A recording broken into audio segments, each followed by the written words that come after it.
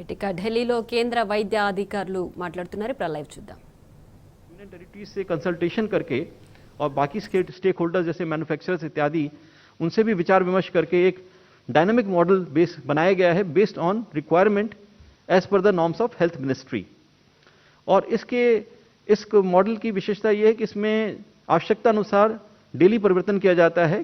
किसी क्षेत्र में जब ज़्यादा केसेस बढ़ जाते हैं, स्पाइक आता है या किसी भी कारण से अगर मांग ज़्यादा है तो उसको ध्यान में रखते हुए on a continuous basis model को हम लोग उसमें नीडेड मॉडिफिकेशंस करके ये प्रयास किया जाता है कि कहीं भी इसकी ऑक्सीजन की कमी ना हो। और इस प्रकार से 10,000 मीट्रिक टन से ज़्यादा का एलोकेशन वर्तमान में किया जा चुका है। साथ ही इसमें सभी स्टेट्स, यूटीज और स्टेक होल्डर से विचार विमर्श करके प्रयास किया जाता है कि सोर्स से डेस्टिनेशन तक की मैपिंग की जाए प्रॉपरली, जिससे कि एक ऑप्टिमाइज्ड ट्रांसपोर्टेशन प्लान बन सके। और इसके लिए मल्टीपल मूवमेंट टाइम कम करने के लिए मल्टीपल इंटरवेंशंस किए गए, जिसका मैंने अभी चर्चा करी कि टैंकर्स का कन्वर्जन, इंपोर्ट, मैन्युफैक्चर और रेलवेज और एयर के माध्यम से ट्रांसपोर्ट इत्यादि। अब मैं आपको एक स्लाइड दिखाना चाहूंगा ऑक्सीजन डिजिटल ट्रैकिंग सिस्टम की फॉर रियल टाइम मॉनिटरिंग। जिसे आप देख सकते हैं इस स्लाइड में, ये 10 मई यानी कल की दिखा रहा है कि क्या एलोकेशन था, उसके अगेंस्ट क्या डिस्पैच हुआ और कितना डिलीवर हो गया और कितना ट्रांजिट में है। यहाँ पे आप नोटिस करेंगे कि एलोकेशन 9,369 टन दिखाया गया है, जबकि ये एक्चुअल में 10,000 से ज़्यादा है। उसका कारण ये है कि इसमें एयर सेपरेशन यूनिट वाला जो प्रोडक्शन है वो नहीं इंक्लूड होता, क्योंकि वो लोकलाइज्ड है। तो वो चूंकि हर स्टेट अपना अपना लोकल यूज़ करता है, तो वो इस सिस्टम में उसको इंक्लूड नहीं किया जाता। पर इसके माध्यम से हम सभी टैंकर्स का मूवमेंट रियल टाइम बेसिस में मॉनिटर करते हैं और ये सुनिश्चित कर सकते हैं कि वो अपने रूट से डिवेट ना करे या अनऑथराइज स्टॉप ना लें, क्योंकि अगर वो ऐसा करता है तो इमीडिएटली एक अलर्ट जनरेट हो जाता है सिस्टम में कि ऐसा किया जा रहा है इस पॉइंट पे।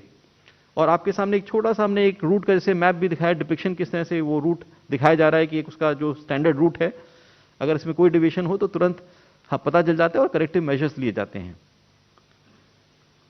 और जैसा अभी मैंने शुरू में बताया था, एक virtual central control room setup किया गया है, जिसमें भारत सरकार तथा स्टेट्स, यूनियन टेरिटरीज के सीनियर ऑफिसर्स हैं, जो कि अपने आपस में इंफॉर्मेशन एक्सचेंज के साथ साथ कोई भी अगर प्रॉब्लम आती है तो इमीडिएटली फ्लैश करते हैं और उसका तुरंत सॉल्यूशन रियल टाइम बेसिस पे राउंड द क्लॉक किया जाता है। कई वर्चुअल ग्रुप सेटअप किए गए हैं to sort out various logistic issues, जैसे कि रेलवे से मूवमेंट, एयरलिफ्टिंग इत्यादि, जिससे कि एक एफिशिएंट प्लानिंग और कोऑर्डिनेशन किया जा सके। और भारत सरकार स्टेट्स और यूनियन टेरिटरीज की गवर्नमेंट के साथ बहुत क्लोज कोलैबोरेशन में काम कर रही है और बाकी स्टेक होल्डर्स के साथ भी, जिससे कि ऑक्सीजन की उपलब्धता पूरे देश में की जा सके। धन्यवाद।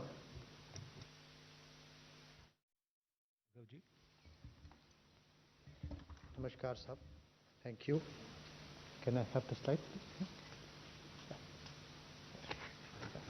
So next please. मैं आपके समक्ष कुछ टेस्टिंग के बारे में जो सेकेंड वेव में है हुई है उसके बारे में आप लोग को कुछ जो एडवाइजरीज हम लोगों ने दी हैं, जो रैशनलाइज किया है, उसके बारे में आप लोग को बताना चाहूँगा।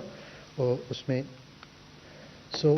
India is facing a massive upsurge of COVID cases, we all know, and the national positivity has been told to be around 20-21%, and about 42% of the districts, which is about 310, they are reporting more than the national average. So early testing and isolation and home-based care is the key to control this transmission or break the chain. I repeat, early testing and isolation. So we have to sometimes wait for the results, so that is a bit of a problem. That is why we have come out with this advisory and we have given it to all the states also. The RT-PCR testing capacity is about 16 lakh per day in our laboratories, and rapid antigen test capacity is also around 17 lakhs per day, and that is the production. We have about 13 companies available on GEM, and we were the first country to use the rapid antigen test in June of last year, and that got approved by WHO in September. So we have been using much ahead of the curve for the rapid antigen tests. And laboratories have been working 24/7 to meet the testing demand. Despite infection among laboratory staff, test performance is still being maintained. Next, please.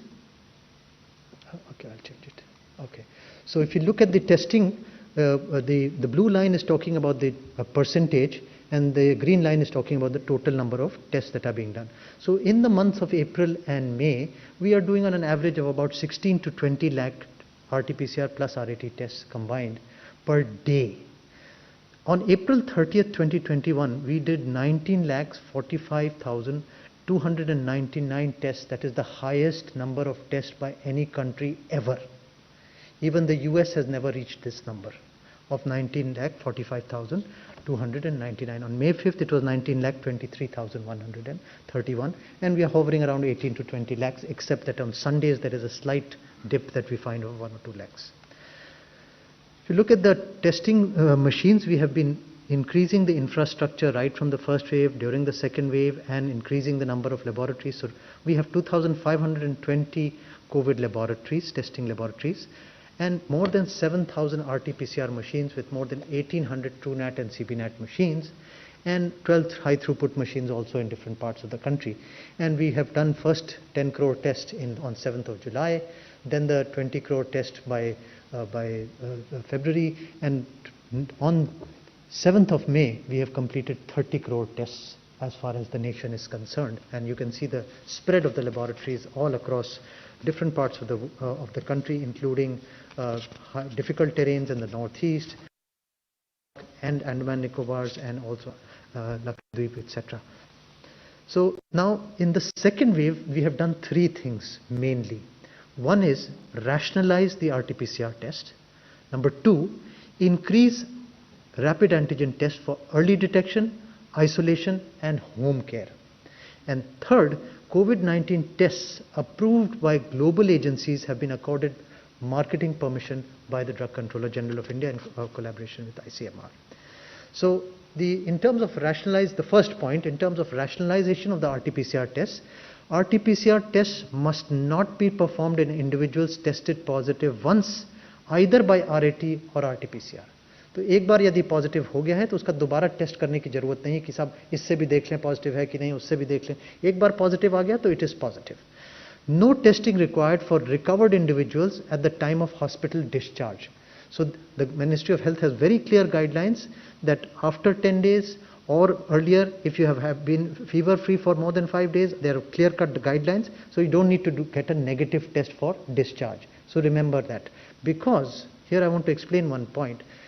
The virus is made out of RNA particles, and the RNA can stay in your system for many days. So the test detects only RNA. So the RNA can be positive for many days after testing, also after the symptoms have subsided, after your infectivity have also subsided, because the RNA is being detected. If you swallow the saliva, you pass it in the stool, it can also be detected in the sewage also, the RNA particles by the RT-PCR test. So the live virus is not there, but RNA particles are still there. So no testing required at the time of hospital discharge. No need for RT-PCR test in healthy individuals undertaking interstate domestic travel.